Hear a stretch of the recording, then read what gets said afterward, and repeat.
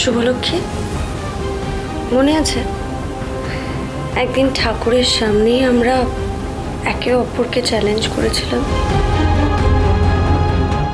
আমি তোমাকে কোনো চ্যালেঞ্জ করিনি মোহনা, আমি তোমাকে সত্যিটা মনে করিয়ে দিয়েছিলাম। লড়াই সবসময় সমকক্ষদের মধ্যে হয়, আর আমি আদির স্ত্রী। এই একটা পরিচয়ই তোমার আর আমার মধ্যে অনেক তফাৎ করে দেয়। কি বলতো মোহনা, আমি একজন মেয়ে হয়েই বলছি, কাউকে ভালোবাসা অন্যায় নয় মোহনা।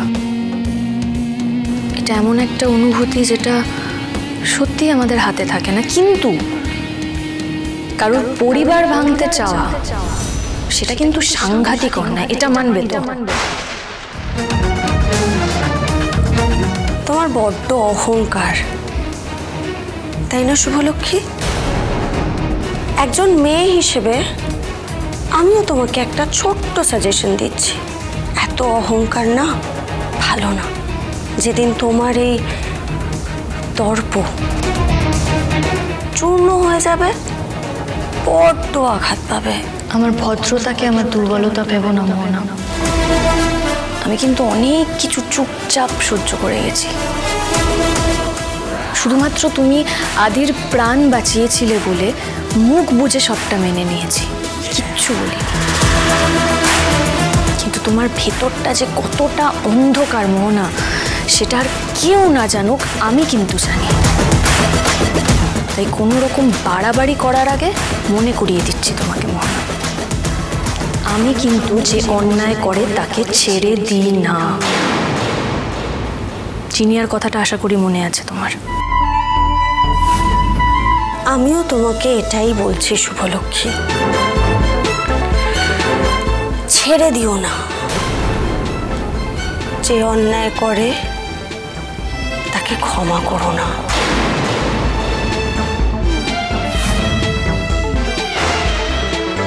কি বলতে চাইছে মোহনা? আমি তো তোমাকে নিজের ছেলের মতোই ভালোবেসেছিলাম আদ্রিত। তুমি কেন আমার মেয়ের এত বড় সর্বনাশটা করলে? আমি তোমাকে কোনো দিনও ক্ষমা করতে পারবো না, কোনো দিনও না। এতক্ষণে মোহনা তো শুভকে সবই বলে দিয়েছে। Help me god, help me. আজকে তুমি আমায় বাঁচাতে পারবে। ভয় করছে তাই না আদ্রিত? বিশ্বাস করো, আমারও খুব ভয় করছে। প্রত্যেকটা মুহূর্তে আমাকে একটা ভয় তাড়া করে বেড়াচ্ছে।